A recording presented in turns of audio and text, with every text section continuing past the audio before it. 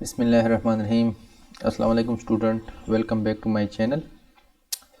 आज हम चैप्टर 2 में डिटेल एस्टीमेट पढ़ेंगे। पहले हमने चैप्टर 1 में रफ कॉस्ट एस्टिमेशन पढ़ी है और 4 लेक्चर हमने रफ कॉस्ट एस्टिमेशन पर रिकॉर्ड करवाई है। उसमें से हमने 4 different methods of rough cost estimation हमने डिटेल के साथ पढ़ाया है, तो आप उधर जाके उसको देख सकते हैं। उसमें हमने एग्जाम्पल भी सॉल्व किए हैं, तो आप उसको जाके देख सकते हैं रफ कॉस्ट एस्टिमेशन किस तरह होता है। ठीक है, अभी इस चैप्टर में हम पढ़ेंगे डिटेल एस्टिमेशन। डिटेल एस्टिमेट सबसे पहले तो हम ये समझ लें कि व्हाट इज़ डिटेल एस्टिमेट। ठीक है, तो जिस तरह नाम से पता है कि डिटेल एस्टिमेट का मतलब यह है कि किसी भी बिल्डिंग का जब आप एक्यूरेट क्वांटिटी मालूम करते हैं, यानी आइटम वाइज एक्यूरेट क्वांटिटी, और इसको हम आइटम रेट एस्टिमेट भी कहते हैं। ठीक है, आइटम रेट एस्टिमेट भी कहते हैं इसको। ठीक है, तो इसको देख लें कि डिटेल एस्टिमेट, ये देख लें, detail estimate is an accurate estimate and consist of working out the quantities of each item of work and working cost. ठीक है, the dimension taken correctly from drawing and quantities are calculated. A copy of detailed drawing is required to prepare detail estimate. Detail estimate में contains taking of feed and price bill of quantity. ठीक है, अच्छा इधर सबसे पहले इसने लिखा है कि accurate estimate and consist of working the quantities of each item and of work and working cost. इसका मतलब यह है कि इसमें हम आपने हर एक आइटम को, बिल्डिंग के जितने भी कंपोनेंट्स हैं, फॉर एग्जांपल मैं आपको फाउंडेशन की, ये अगर फाउंडेशन की, ये इसमें आपने हर एक आइटम, यानी एक्सकेवेशन को आपने अलग कैलकुलेट करना है, PCC 148 को अलग कैलकुलेट करना है, RCC 124 को अलग करना है, ब्रिक मेसनरी को अलग करना है, जो भी जितने भी स्केजुअल है या कंक्रीट के जितने स्केजुअल है वो आपने अलग अलग कैलकुलेट करना है। ठीक है, तो इसमें और उसको डिटेल मेजरमेंट आपने लेके, यानी L/B/D, यानी लेंथ, ब्रेड्थ एंड डेप्थ से आपने कैलकुलेट करना है। किसी जगह ये आपका, इससे आपका बनेगा वॉल्यूम, तो किसी जगह आपको वॉल्यूम की ज़रूरत पड़ेगी,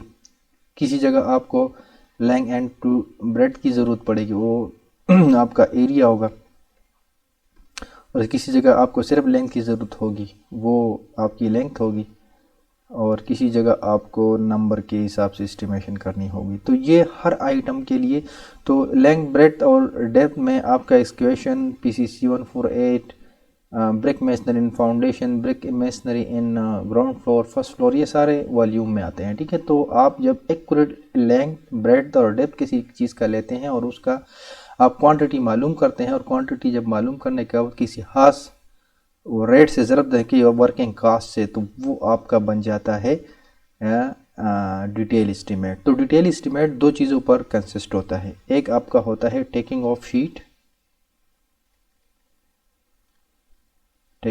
शीट्स, और दूसरा होता है आपका बिल ऑफ क्वांटिटी।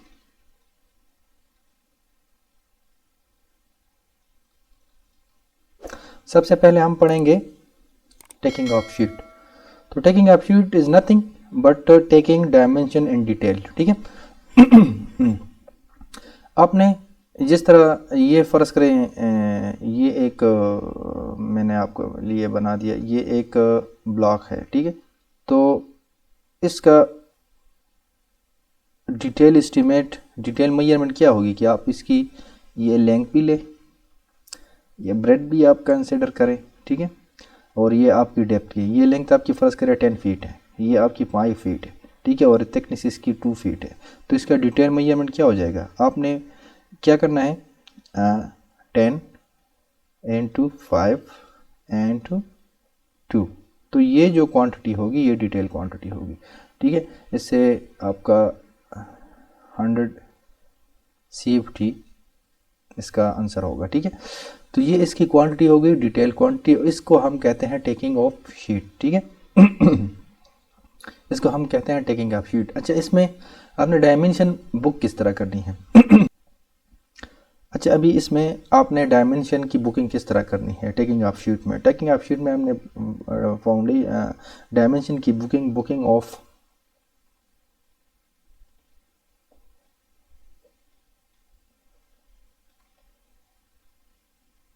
डायमेंशंस, ठीक है।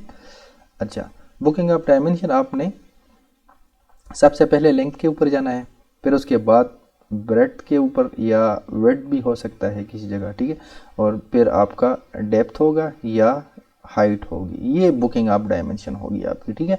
हमेशा इसी तरह, इससे अगर आप ब्रेड पहले लेते हैं तो वो टेक्निकली रॉन्ग हो जाता है, ठीक है।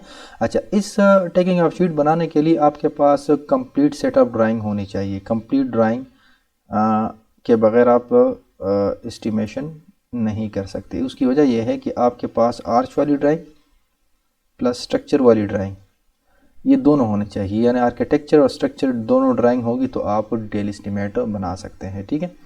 तो अभी इधर तक आप समझ गए कि डिटेल एस्टिमेट क्या होता है। डिटेल एस्टिमेट किन चीज़ों पर कंसिस्ट होता है, मतलब यह कि एक तो उसके लिए टेकिंग ऑफ शीट बनानी पड़ती है, दूसरा बिल ऑफ क्वांटिटी। तो फिर उसके बाद बिल ऑफ क्वांटिटी भी हम डिटेल में पढ़ेंगे। बिल ऑफ क्वांटिटी जो टेकिंग ऑफ शीट से जो क्वांटिटीज़ आती है उसको हम एक डिफिनिट फॉर्मेट में एंटर करते हैं और उसके सामने रेट हम लगाते हैं, यूनिट लगाते हैं और उसकी कास्ट निकालते हैं, तो वो बिल ऑफ क्वांटिटीज़ हो जाती है, ठीक है। उसमें फिर price bill of quantity, unpriced bill of quantity, वो हम डिटेल में बाद में पढ़ेंगे, ठीक है। अच्छा, next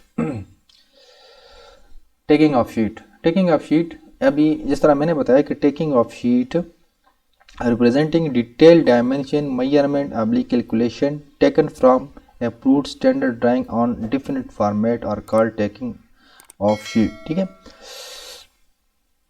measurement are taken formatted drawing or as per following, ठीक है।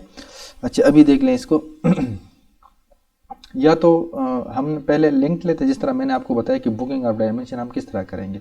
डायमेंशन की बुकिंग हम किस तरह करेंगे, पहले हम लिंक लेंगे, ठीक है। दूसरे नंबर पर आ जाएगा आपका ब्रेड्थ और विड्थ। मीटर में भी हो सकता है, इधर ये फुट में भी आप ले सकते हैं। अगर आपका ड्राइंग अगर आपकी ड्राइंग एम्पीरियल सिस्टम में है तो फिर आपकी तो उसमें फिर आपका वो फीट और इंचेस में होगी डायमेंशन, आर्किटेक्चर डायमेंशन होंगी फिर, तो वो फिर आप उसमें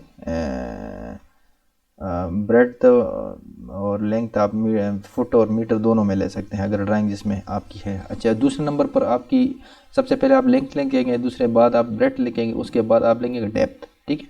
तो डेप्थ या हाइट हो जाएगी, तो ये आपकी डायमेंशन की बुकिंग हो जाएगी और इससे आपका वॉल्यूम निकलेगा, ठीक है। उसके बाद एरिया एन स्क्वायर मीटर आप लेंगे और वॉल्यूम आप क्यूबिक मीटर में लेंगे, ठीक है। ये एरिया आप एसएफटी में भी ले सकते हैं,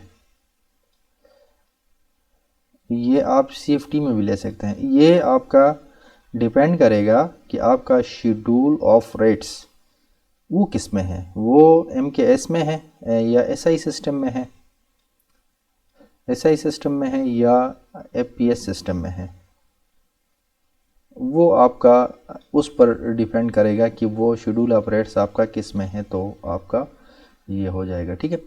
अभी इसके बाद हम एक एग्ज़ाम्पल करते हैं एक स्ट्रेट वॉल का, ठीक है। तो स्ट्रेट वॉल का एग्ज़ाम्पल जब आप देखेंगे तो उसमें से आपको पता चले कि हम टेकिंग ऑफ शीट किस तरह कैलकुलेट करते हैं, टेकिंग ऑफ शीट किस तरह बनाते हैं, हम टेकिंग ऑफ शीट किस तरह हम बनाते हैं, ये आपको अभी समझ आ जाएगी, ठीक है। तो चलते हैं एग्ज़ाम्पल की तरफ। अच्छा सॉरी, इससे पहले फॉर्मेट टेकिंग ऑफ शीट आप देख लें, ये फॉर्मेट है। सबसे पहले हम ये इधर आप देख लें, सीरियल नंबर होता है, डिस्क्रिप्शन ऑफ वर्क होता है, फिर लेंथ होती है, विड्थ और हाइट ऑफ डेप्थ, क्वांटिटी होती है, यूनिट होते हैं और रिमार्क्स होते हैं, ठीक है। तो ये भी आगे हम डिटेल से देखेंगे तो आपको समझ आ जाएगी, ठीक है। अच्छा, इधर देख लें कि estimate for spread footed straight wall, ये इधर देख लें आप, ये वाला स्ट्रेट वॉल है हमारा एक, जिस तरह बिल्कुल स्ट्रेट वॉल होती है हमारी, तो मैं उसकी लंबाई लेंथ जो है वो है 10 मीटर, ठीक है। Height of super structure 2 metre. Super structure यानी जो डीपीसी से ऊपर हमारी होती है हाइट, तो उसको हम सुपर स्ट्रक्चर कहते हैं। ठीक है, तो अभी इसकी रिक्वायरमेंट क्या है कि सबसे पहले वो कहता है कि एक्सकेवेशन मालूम करें, एक्सकेवेशन, कंक्रीट वर्क मालूम करें, brick work and foundation and plinth. ठीक है, dam proof course, brick work and super structure, cement plaster मालूम करें, और वाइट वॉशिंग, यानी कंप्लीट इस दीवार में जो जो ये 10 मीटर का एक दीवार है, 2 मीटर उसकी ऊपर हाइट है। ठीक है, और ये चीज़ें उसके लिए आप कैलकुलेट कर लें। ठीक है, तो ये उसका क्रॉस सेक्शन है, देख लें आप इसको। ठीक है, इसकी आप देख लें क्रॉस सेक्शन को, तो क्रॉस सेक्शन बहुत सिंपल है। इसकी जो बेड में इसकी पहले इसकी देख लेते हैं कि इसकी खुदाई कितनी है, यानी वो टोटल डेप्थ कितनी है। ठीक है, तो सबसे पहले 30 सेंटीमीटर प्लस 20 सेंटीमीटर 50 सेंटीमीटर इसकी ग्राउंड लेवल से डेप्थ है। ठीक है, एक्सकेवेशन की डेप्थ जो है। ठीक है, और उसकी एक्सकेवेशन की विड्थ जो है ना वो 70 सेंटीमीटर है, यानी 70 सेंटीमीटर। ठीक है, तो सबसे पहले हमें ये कैलकुलेट करना है एक्सकेवेशन। ठीक है, ये एक्सकेवेशन हमने कैलकुलेट करना है। उसके बाद है स्टेप 2। अच्छा, ये स्टेप 1, स्टेप 2, स्टेप 3 इस तरह का जो फाउंडेशन होता है जिसमें स्प्रेडिंग होती है, मतलब ये कि पहला स्टेप दूसरे स्टेप से थोड़ा ज़्यादा होता है, पहला स्टेप दूसरे स्टेप से, दूसरा स्टेप पहले स्टेप से थोड़ा कम होता है, ये कसका, इसको हम कसका कहते हैं। तीसरे स्टेप का दूसरे स्टेप से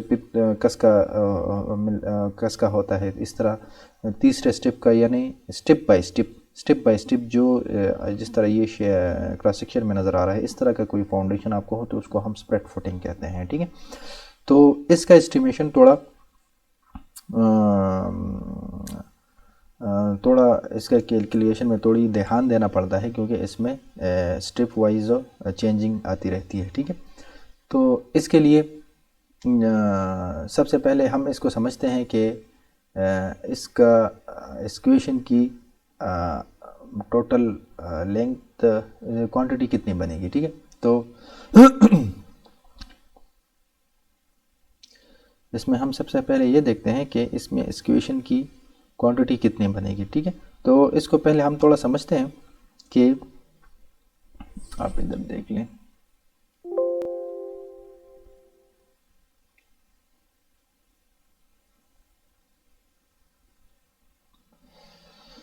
इधर आप देख लें, ये वही फाउंडेशन है। इसमें आप देख लें कि ये जो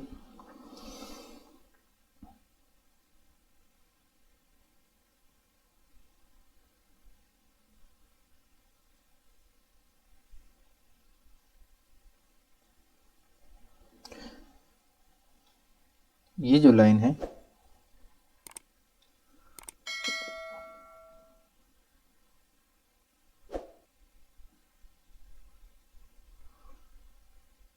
से लेके इधर तक ये आपकी एक्सकेवेशन बन रही है। ठीक है, और अगर इसको मैं प्लान में दिखा दूं तो ये ब्लैक लाइन जो आ रही है आपकी, ये वाली, यानी ये इधर से लेके आपकी ये जो ब्लैक लाइन में आपकी है, ये सारी ये जो रेक्टेंगल है, ये आपका एक्सकेवेशन प्लान है। ठीक है, अच्छा, दूसरे नंबर पर आपको ये जो नज़र आ रहा है, ये वाला जो स्टेप है, ये वाला, ठीक है, ये आपका, फिर ये दूसरा ये वाला स्टेप, ये जो 50 सेंटीमीटर वाला स्टेप है, ये वाला, ये आपका दूसरा हो गया। ठीक है, तीसरे नंबर पर आपका 40 सेंटीमीटर वाला, ये वाला, ये आपका तीसरा, ये जो रेड, बिल्कुल रेड में है, ये वाला, ये आपका 40 सेंटीमीटर वाला होगा। इधर इधर मैं लिख दूं तो ये आपका 70 सेंटीमीटर, ये वाला आपका हो गया 50 सेंटीमीटर, ये वाला आपका हो गया 40 सेंटीमीटर, और ये वाला आपका हो गया 30 सेंटीमीटर। ये जो बिल्कुल टॉप में हमारी जो वॉल की थिकनेस है, ये वाली, ठीक है, ये 30 सेंटीमीटर है, तो ये 30 सेंटीमीटर। अच्छा, अभी ड्राइंग में नॉर्मली हमें ये जो टॉप वाली स्टिप होती है, जिस तरह ये 30 सेंटी, ये हमें नज़र आती है।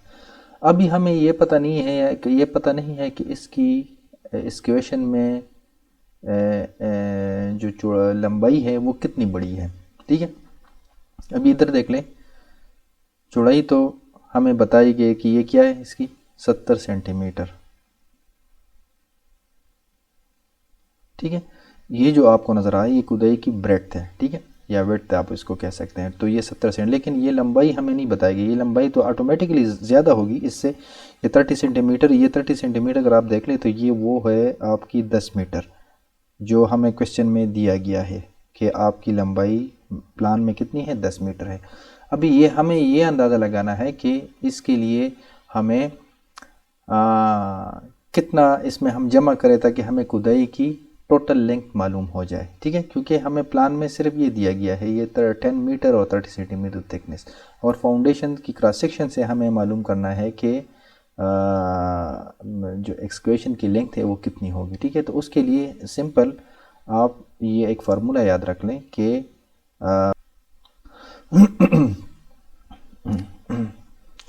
अच्छा, इसके लिए अभी हमें 10 मीटर तो दीवार का दिया, लेकिन हमें ये नहीं बताया गया कि इसकी एक्सकेवेशन की लेंथ कितनी है। तो एक्सकेवेशन की लेंथ हमें मालूम करनी होगी। ठीक है, तो एक्सकेवेशन की लेंथ के इस 10 मीटर से ज़्यादा होगी, वो कितनी ज़्यादा होगी वो हम इस फार्मूले से मालूम करेंगे।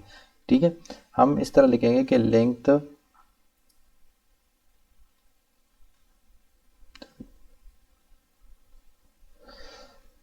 Length of wall in plan plus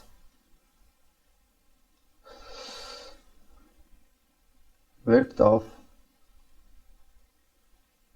foundation minus thickness of wall in a plan। ठीक है, तो यानी अगर मैं इस तरह लिख दूँ, सिंपल मैं आपको लिख दूँ कि अगर ये फार्मूला अगर इस दीवार के लिए मैं इस्तेमाल करूँगा तो इसके लिए मैं क्या करूँगा, इसके लिए सिंपल मैं करूँगा कि length of wall in plane क्या होगा। Length of wall in plane हमारा क्या है, 10 मीटर है। ठीक है, फिर क्या है, प्लस है, तो प्लस। अभी विड्थ ऑफ फाउंडेशन क्या है, विड्थ ऑफ फाउंडेशन है हमारा 70 सेंटीमीटर, तो 70 सेंटीमीटर हमारा 0.7 मीटर बन जाएगा, तो 0.7 मीटर। ठीक है, फिर क्या लगे, minus thickness of wall. Thickness of wall क्या है, 30 सेंटीमीटर, ये जो 30 सेंटीमीटर आपको नज़र आ रहा है। ठीक है, तो 30 सेंटीमीटर का मीटर में हम करेंगे तो 0.30 हो जाएगा, इससे आ जाएगा, ये इससे माइनस होगा तो ये 0.40 आ जाएगा, 0.40 इससे ज़्यादा होगा तो इसका 10.40 मीटर इसकी लेंथ बन गई। इस तरह ये फार्मूला हमने हर स्टेप के लिए इस्तेमाल करना है। कितना स्टेप बाय स्टेप कम होगा वो इसी फार्मूले में हम हर स्टेप की वैल्यूज़ पुट अप करेंगे तो ऑटोमेटिकली हमारा जवाब आता जाएगा। ठीक है, जब भी हम क्वेश्चन की तरफ चलते हैं करेंगे, और ये डेटा हमें गिवन है, दीवार की लंबाई है 10 मीटर। ठीक है, height of super structure 2 metre, यानी ये सुपर स्ट्रक्चर है हमारा। ठीक, इधर से लेके इधर तक। ठीक है, ये हमारा टोटल 2 मीटर है, इसको हम सुपर स्ट्रक्चर कहते हैं। यानी डीपीसी से ऊपर जो हमारा होता है उसको हम सुपर स्ट्रक्चर कहते हैं, सुपर स्ट्रक्चर। ठीक है, और उसके डीपीसी से नीचे जो हमारा फाउंडेशन होता है, जो हमारा ब्रिक मेसनरी या जो काम होता है, जो उसमें चीज़ें होती हैं, वो हमारा सब स्ट्रक्चर कहलाता है। ठीक है, सॉरी,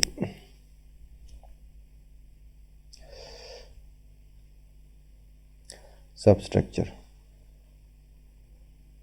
ठीक है, तो इसकी सुपर स्ट्रक्चर की हाइट 2 मीटर है। रिक्वायर्ड हमें क्या क्या करना मालूम है, हमें कंप्लीट एस्टिमेट इसका मालूम करना होगा इस पूरे दीवार का। तो सबसे पहले उसमें हमें अर्थ वर्क कैलकुलेट करना पड़ेगा, उसके बाद कंक्रीट का काम है। कंक्रीट का काम ये वाले जो पोर्शन है, ये कंक्रीट का काम है। ठीक, अच्छा, उसके बाद brick and foundation and plinth. ठीक है, तो अभी फाउंडेशन में हमारा ये वाला पोर्शन जो होगा इधर से लेके इधर तक, ये वाला, ये जो 50 सेंटीमीटर, ये फाउंडेशन के अंदर होगा, और जो अप टू प्लिंथ लेवल तो वो ये 40 सेंटीमीटर वाला होगा, ठीक है। उसके बाद हमें डैम प्रूफ कोर्स करना है, brick work in super structure. Dam proof course अगर आप देख लें तो ये आपको नज़र आ रहा है, ये जो मैंने रेड कर लिया, ये आपका सॉरी, ये आपका डैम प्रूफ कोर्स है। ब्रिक मेसनरी इन सुपर स्ट्रक्चर, वो 2 मीटर हमें दिया गया है ये वाला, ठीक है। तो ये हमने सुपर स्ट्रक्चर में कैलकुलेट करना है। और सीमेंट प्लास्टर हमने करना है, वाइट वाश हमने करना है, ठीक है। तो ये 7 चीज़ें हमने कैलकुलेट करनी है। इसकी हमें टेकिंग ऑफ शीट बनानी है, और टेकिंग ऑफ शीट के बाद हम बिल ऑफ क्वान्टिटीज़ की बनाएंगे, ठीक है। अच्छा सबसे पहले हम इक्वेशन, अभी ये डेफिनेट जो फॉर्मेट है इस पे हमने काम करना है। इससे अलहदा भी आप बना सकते हैं, लेकिन सबसे पहले बुकिंग किसकी होगी, लेंथ की होगी। ये बुकिंग डायमेंशन बुकिंग, ये जो कॉलम है ये इसको कहते हैं बुकिंग ऑफ डायमेंशंस। इसी तरह एमबी में अगर आप काम करना एंट्री करेंगे तो वो भी इसी तरीके से करेंगे, लेंथ ब्रेथ एंड हाइट, ठीक है। तो ये बुकिंग होगी, पहले लेंथ हम लेंगे, फिर ब्रेथ लिखेंगे, फिर हाइट लिखेंगे। यानी जिस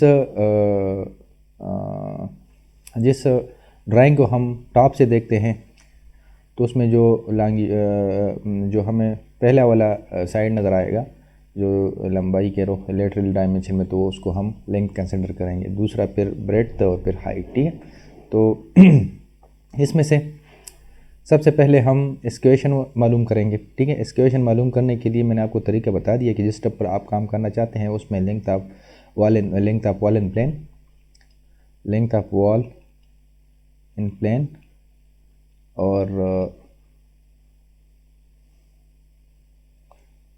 plus width of foundation minus thickness of wall. ये फार्मूला आपने जहन में रखना है, ठीक है, थिकनेस ऑफ वॉल। तो सिंपल इसमें आप देख लें इक्वेशन के कैलकुलेशन को। इक्वेशन अभी सबसे पहले हम इक्वेशन कर रहे हैं। इक्वेशन के बाद नंबर में हमने 1 लिख दिया। 1 इसलिए लिख दिया कि एक ही दीवार है, ठीक है। अगर सेम आपको 2-3 दीवारें इस तरह है तो फिर आपको नंबर ऑफ वॉल्स इधर ज़्यादा बढ़ा देंगे, ठीक है। 10.40 क्यों आया है, क्योंकि फार्मूले में क्या है, length of wall in plane, वो 10 हमने लिख दिया, plus into bracket 0.70 width of foundation, तो विड्थ ऑफ फाउंडेशन हमारी ये है 70 सेंटीमीटर है, ठीक है, माइनस थिकनेस ऑफ वॉल, तो माइनस थिकनेस ऑफ वॉल हमारी ये वाली है, ये वाली आ जाएगी, ठीक है। जो टॉप वाली हमारी, वो तो टोटल हमारी क्या आ गई 10.40, ठीक है। उसके बाद हमारा है PCC 148, ठीक है, या कंक्रीट वर्क सिंपल। तो कंक्रीट वर्क में आपने सिर्फ और सिर्फ, क्योंकि जो लीन कंक्रीट होती है वो उसका इक्वेशन बेड के बराबर ही उसकी डायमेंशन होती है, तो वो उसकी लंबाई भी उतनी ही बन गई, ठीक है।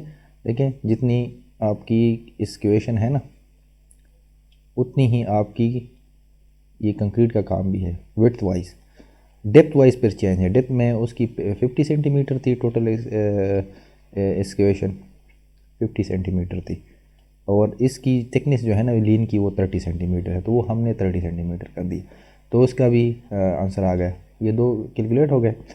अच्छा, उसके बाद brick masonry up to plinth level. अच्छा, what is plinth level? Plinth level actually the masonry between the floor level. Plinth masonry क्या है? The masonry between the ground level and plinth is called plinth masonry, ठीक है।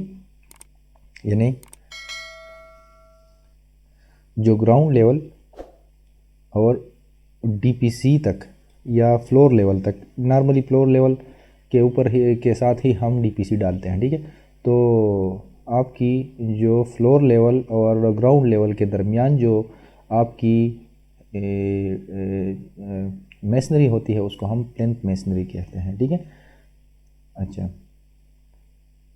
तो इसमें सबसे पहले first step कौन सा होगा? क्योंकि कंक्रीट का एक्सकेवेशन का काम और कंक्रीट का काम हमने ख़त्म कर दिया, हमने कंक्रीट का काम और इसका काम हमने ख़त्म कर दिया, तो अभी इसके बाद हमारा ब्रिक मेसनरी का काम शुरू हो गया, ठीक है। तो ब्रिक मेसनरी में भी एक्सकेवेशन और कंक्रीट का हमने शुरू किया। ब्रिक मेसनरी में हमारे 2 स्टेप बन रहा है, एक ये वाला स्टेप बन रहा है और एक ये वाला स्टेप बन रहा है, ठीक है। अप टू डीपीसी लेवल यानी सब स्ट्रक्चर में, ठीक है। तो इसमें से पहले स्टेप को हम कैलकुलेट करते हैं, वही तरीका होगा कि length of wall and plane वो हो हमें मालूम है, विड्थ ऑफ फाउंडेशन, तो विड्थ ऑफ फाउंडेशन 0.50 हमने इसलिए कि जिस स्टेप पर आपने काम करना है तो वही विड्थ आपने कंसिडर करनी, तो हम इस स्टेप पर काम करने और ये भी आपका कांस्टेंट हो जाएगा, ठीक है। तो थिकनेस ऑफ वॉल ये वाला, ठीक है।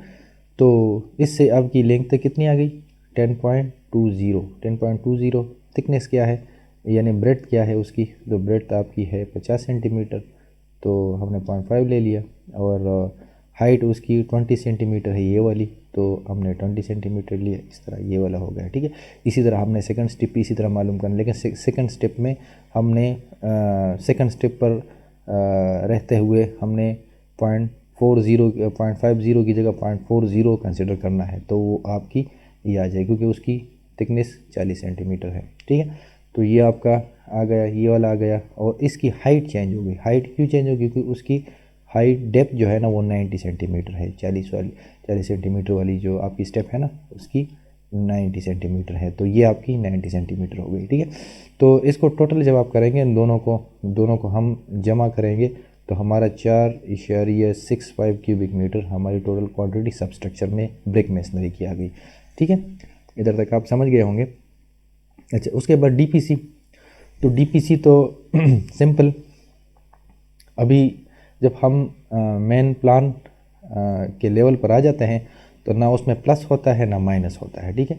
जो अभी डीपीसी की जो थिकनेस है ना, वो जो मेन प्लान में जो हमें थिकनेस दिया गया था 30 सेंटीमीटर, वो उसके बराबर है। तो जब उसके बराबर है तो उसका लेंथ भी सेम, जो दीवार आपको नज़र आ रही है ड्राइंग में, मेन प्लान में जो थिकनेस आपको नज़र आएगी उसी के मुताबिक उसकी लंबाई भी होगी, ठीक है। तो ये 10 मीटर 30 सेंटीमीटर उसकी थिकनेस है, और डेप्थ की ज़रूरत नहीं है डीपीसी के लिए क्योंकि वो ऑलरेडी हमने इधर मेंशन कर दिया है, 4 सेंटीमीटर थिक का रेट आपको शेड्यूल ऑफ रेट्स में अवेलेबल होगा, ठीक है। तो इसमें इसकी क्वांटिटी हमेशा स्क्वायर मीटर में ली जाती है डीपीसी की, ठीक है। तो ये 3 स्क्वायर मीटर इसकी क्वांटिटी आ गई, ठीक है। उसके बाद आपका brick work in cement martyr 1:4 ratio in super structure.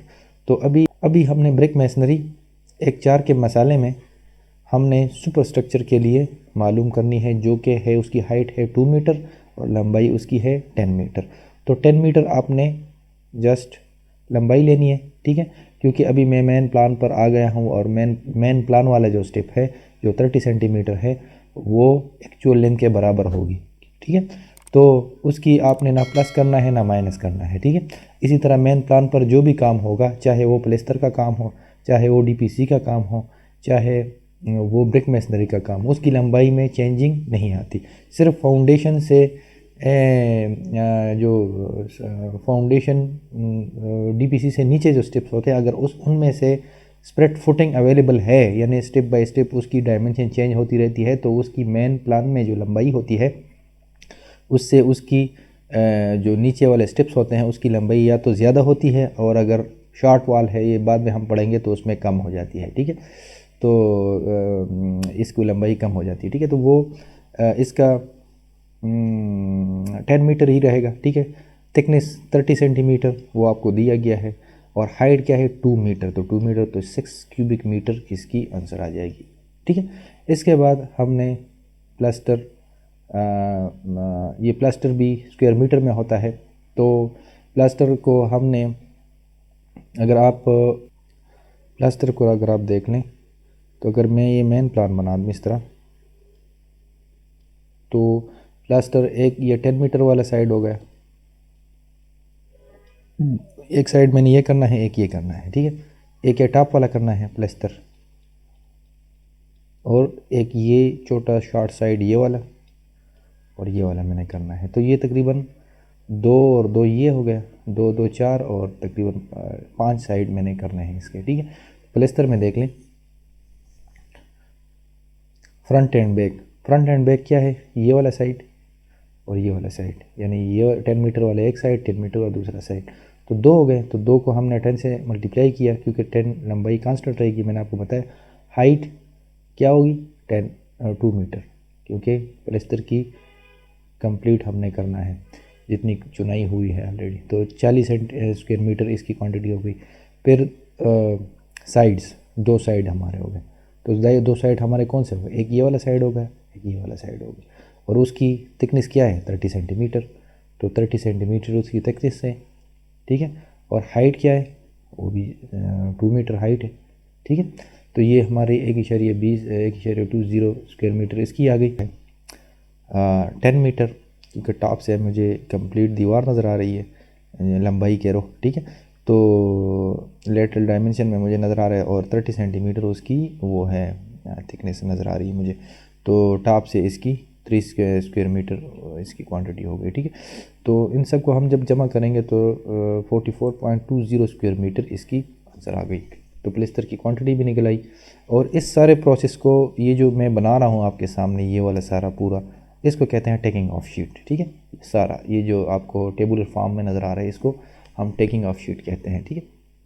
उसके बाद वाइट वाश, तो वाइट वाश के लिए आपके बहुत सिंपल है, जितना आपने प्लेस्तर करना है तो उतना आपने वाइट वाश भी करना है। तो आप देख लें इधर, ये एस पर आइटम नंबर 6, तो आइटम नंबर 6 मेरा क्या है, उसकी क्वांटिटी क्या है 44.20 स्क्वायर मीटर, क्योंकि जितना मैंने प्लेस्तर करना है उतने मैंने वाइट वाश भी करना है, तो ये 44.20 स्क्वायर मीटर मेरी वाइट वाश की क्वांटिटी आ गई। तो ये हमारा इसके लिए बन गया टेकिंग ऑफ शीट, ठीक है। तो टेकिंग ऑफ शीट आपने समझ लिया, और ये स्ट्रेट वाल के लिए था। इसके बाद हम डिफरेंट वाल, एल वाल, टी वाल, एच वाल, सर्कुलर वाल, मुख्तलिफ़ किस्म के पेंटागन, जो पेंटागन टाइप वाल्स होते हैं वो भी हम पढ़ेंगे, ठीक है, या हेक्सागोनल वाल, इस तरह। फिर हम डायरेक्ट उस पर जाएंगे कमरे के एस्टीमेट पर, ठीक है। तो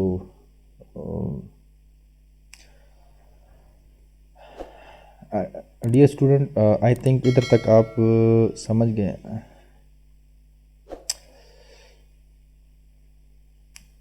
अच्छा, ये जो जितना प्रोसेस हमने किया है, जितनी कैलकुलेशन हमने की है, इसको कहते हैं टेकिंग ऑफ शीट, ठीक है।